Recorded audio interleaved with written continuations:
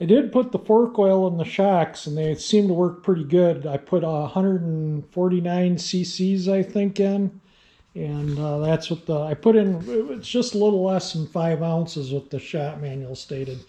And I put the XL250 decal on the cover because I was just sitting here looking at it. I had it, and I just went ahead and did it. It only took me a minute, and I'm going to order these decals too. So when I paint the tank, you know, I've had people say I should leave it original, but the tank's got 1, 2, 3, 4, 5. Seemed to me there was six, 7 dents. There's a little one right there. 7 dents that need to be repaired. And you can see the paint's marked up, and anyway, so and you can see the fender. Yeah, they're gonna get repainted.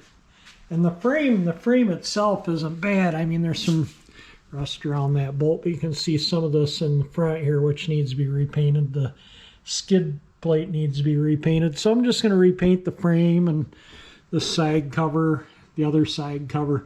But the trailing arm is what really needs. That's all bare metal from the shock background in there. The paint came off when I pressure washed it because of the cat urine, I think, that corroded things. But anyway, we're going to get all this cleaned up. So as soon as I get it to where I can ride it in, you can see a lot of the paint's gone there too. And as soon as I can ride it out on the road, make sure everything's all good on it, then start tearing it apart. Yeah, you can even see where it's rusty here, you know, and it just a good cleaning, and you know, that way I can polish all this back up the way it originally was. All this stuff was chromed. You can still see the chrome on it, and this was all chrome, that was chrome.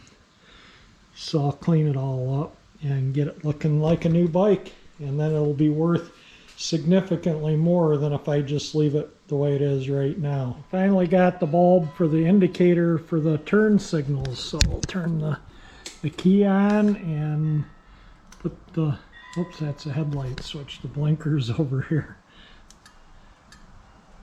Yeah, they blink a little fast, but at least they blink.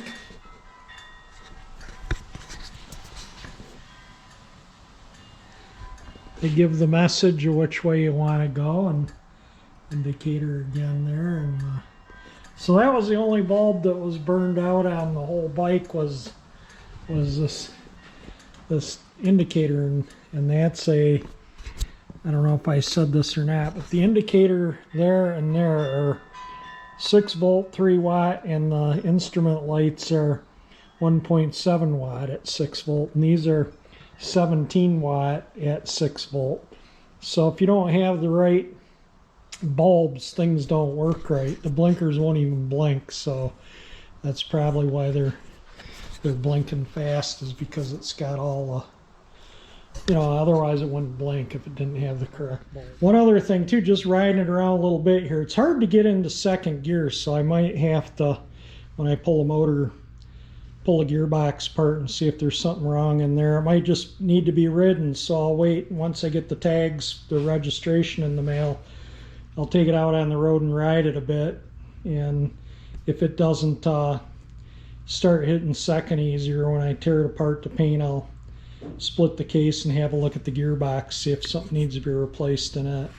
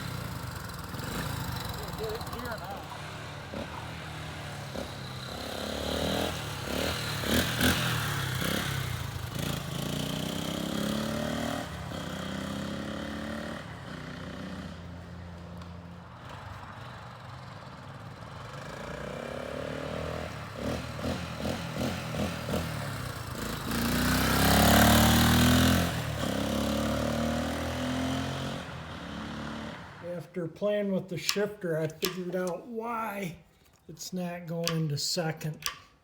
And you can see it looks like the shifter got bent because that line's right up there. So somebody wiped out and bent this, and it's hitting the crankcase. So I need to bend that out because I can shift it perfectly by hand.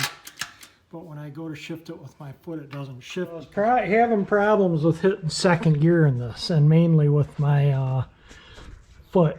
And I got to looking, and I could change the gears with my hand with the shifter all the way through all 5 gears, no problem. But with my foot, second was hard to get it into because this has to move a little further because it's going from first, neutral, second, then third, fourth, fifth.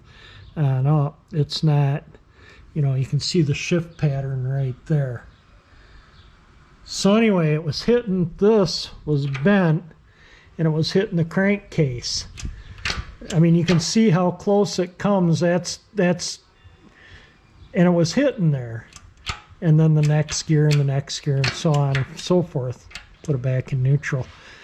But I bent this out just a smidge, just enough to, you know, so it clears the crankcase, and it hits second gear perfectly every time now. So that was the shift issue, is a bent shift lever just hitting the crankcase right there. Wasn't allowing it to go up enough to get it through neutral and into second. I did get the battery cover and the correct strap for the battery, and you can see I put on this little thing. That's for my battery maintainer. I can just plug it in there because it's just kind of hard to put the clamps on there. So if I want to keep the battery up, put the toolkit in, got a strap for that. That's a new thing for the toolkit. They're still available. They're not very expensive. So I just kind of wanted to show you I did get that, and I just putz with this a little at a time as I feel like it. Well, I finally got the tags for the XL250, and I think I made in my video the shifter. My brother and I were riding it up and down the street, and we couldn't get second gear real easy, and this was bent in and hitting the engine block, and it needs to move a little further going through neutral from first to second than it does on up. So I don't know what I've put in this video so far, but anyway, to adjust the chain, I got to get this cotter pin out, loosen this nut, this axle nut up here, and then let's see if we can get that. Well, it just broke off. That'll make pulling it a little easier. It might be rusted in there from the cat urinating on the back here. Oh no, it comes out. All right. Get the cotter pin out there, and then we'll get that.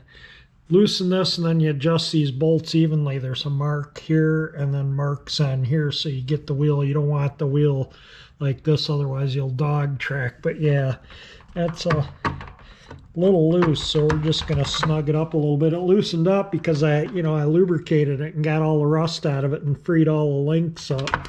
So now it's not tight like it was. This is loose now, as you can see, obviously, and then I can turn this lock nut, whoops, loose, and then I can back this out, and I have to do them both evenly, but as I turn this like so, it moves the wheel back and tightens the chain. So I'll turn them both evenly a little at a time, and we'll get the chain adjusted. I like to check the chain adjustment while sitting on the bike, and you see that's a little tight right now sitting on it, but when I come off of it,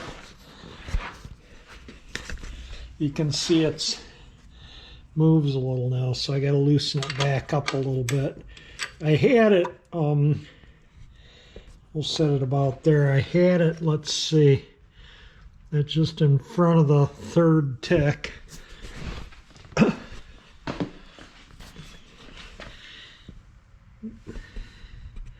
That one is too, so they're both in about the same position. And then I'll sit on it.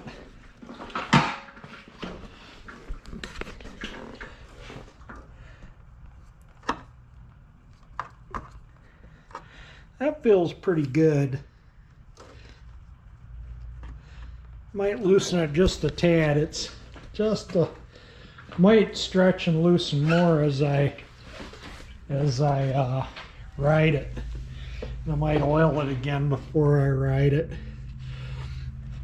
But I'm just gonna turn them both in just to see that that's a little looser now, just sitting here. But when I sit on it, it's gonna be a little. It's easier when you have two people because then one can sit on it and one, well, the rider could sit on it while someone else adjusts the chain. Yeah, like that. Okay, I'm gonna call that good. Now that I got the chain adjusted, I want to clean the sediment bowl here. Let's see if we can. I don't want to drip gas everywhere, so I might not be able to video because I want to hold the bowl up, although I could probably set the camera on my little stool here on its tripod. Let me see if I can aim you down here. There we go. So hopefully you can see what I'm doing here.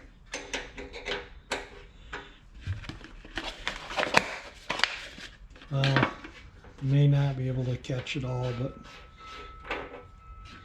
oh yeah, I'm glad I decided to take the sediment bowl off. And there's still more crud in there. And I'll clean that filter too. Yeah, there's a lot of crud in here. I'll have to take the tank off to clean it, but just for now, I just want to clean this out.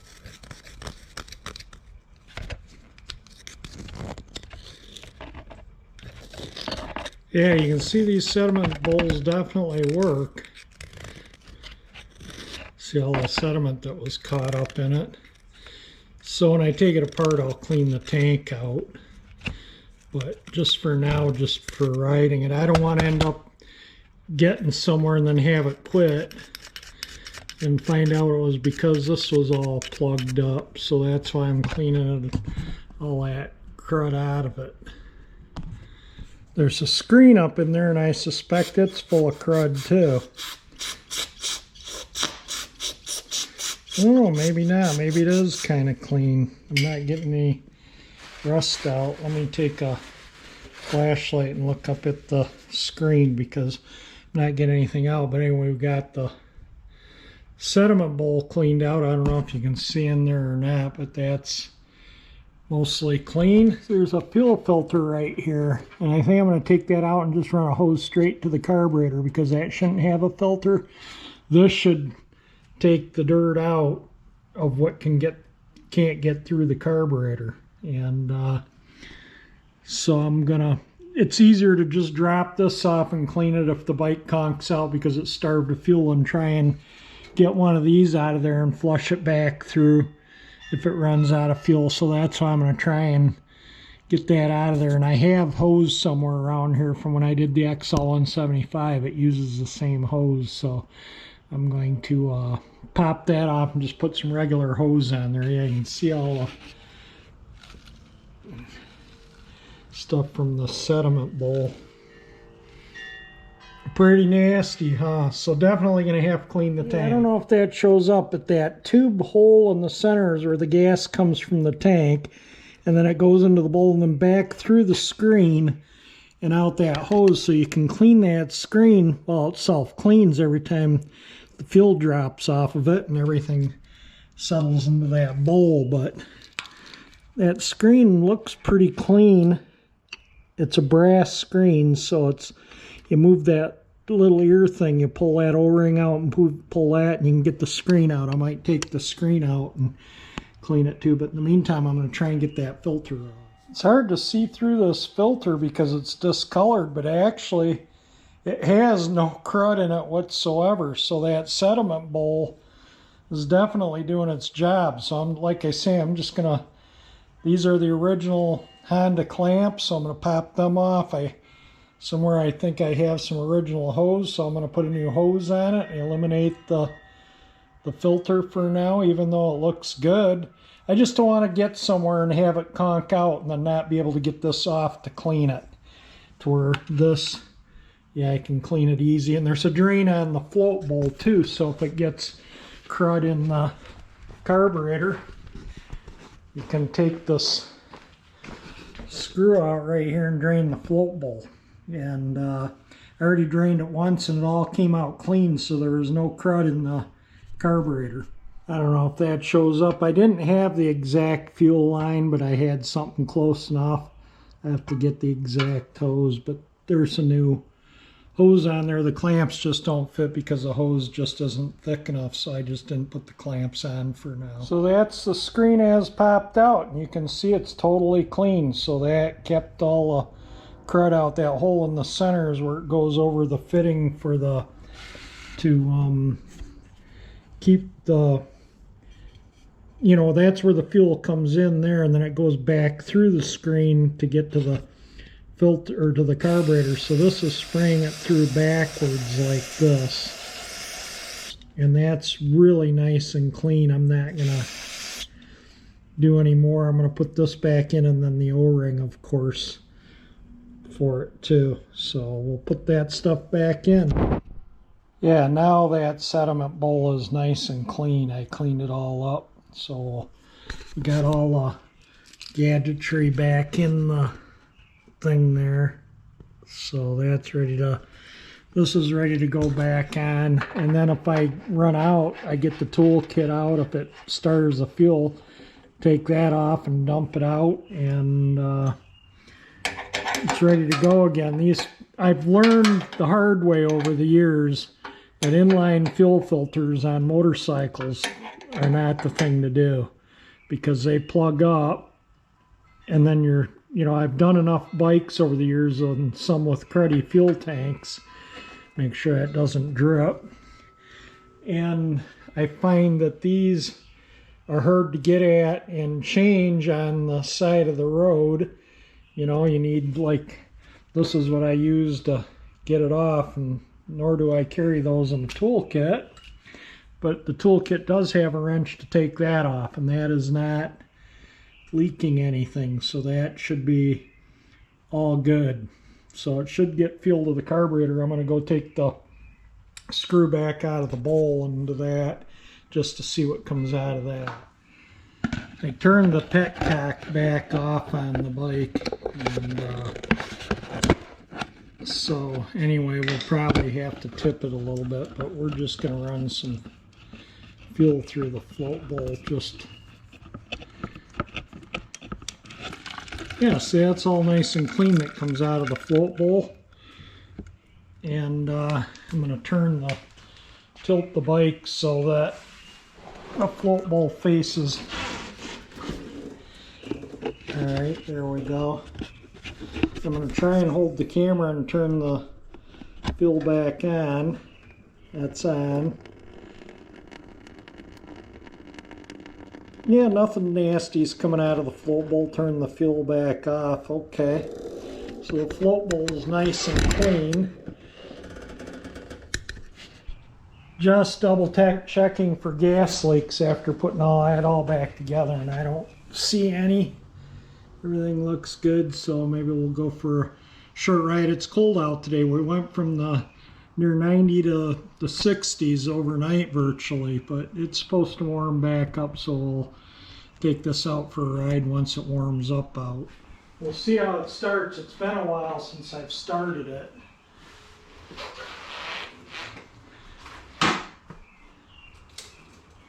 It's been maybe 2 weeks. So we'll get it up on the compression stroke, and I'll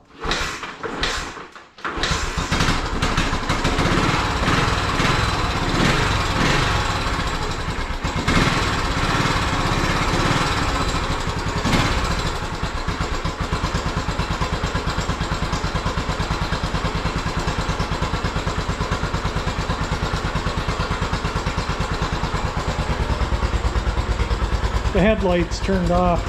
This actually has an off position.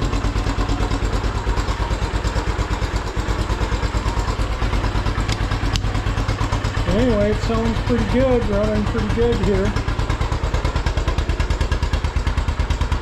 Take it for a little run on the road.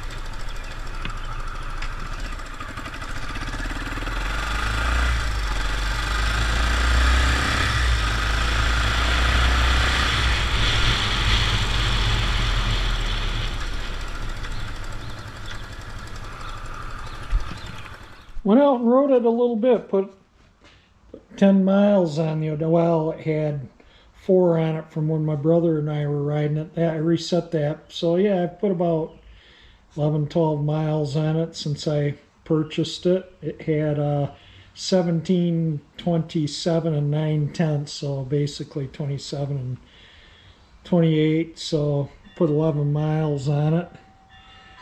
But anyway, I warmed it up and adjusted the carburetor, and everything seems to be good with it. It rides nice.